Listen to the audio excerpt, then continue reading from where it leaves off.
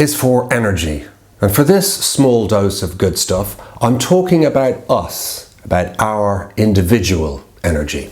Since the 1960s, biologists have been examining what happens to our energy patterns on a daily basis.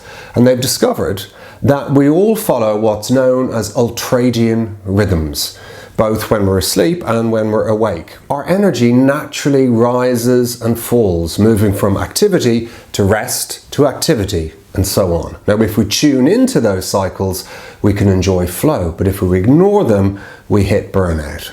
So, here's how ultradian rhythms work. You can see that the principle is that our energy rises and falls over a 90-minute period, and then is followed by 20 minutes of rest.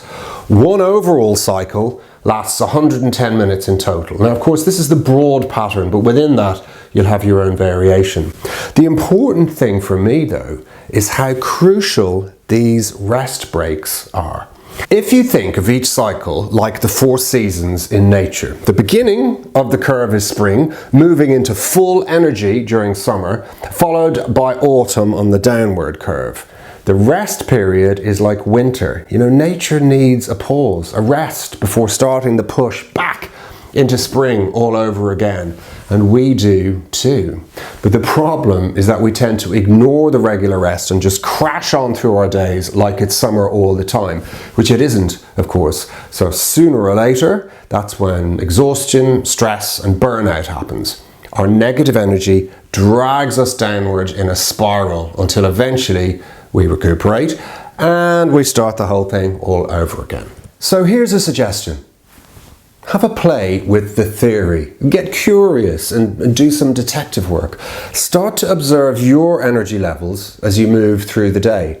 How does the quality of your attention change from the morning to the afternoon? When are you generally at your sparkiest and when are you at your most sluggish? And can you notice each cycle as it happens? You know, when you're feeling engaged and when you lose focus or enthusiasm. How can you shape your day to make the most of your natural energy cycles, to work with your innate rhythms rather than against them, to go with the flow? Well, most importantly, give yourself a break, and not just one, but a whole series over the course of the day. Rest, relax, refresh, and watch out for the return of spring.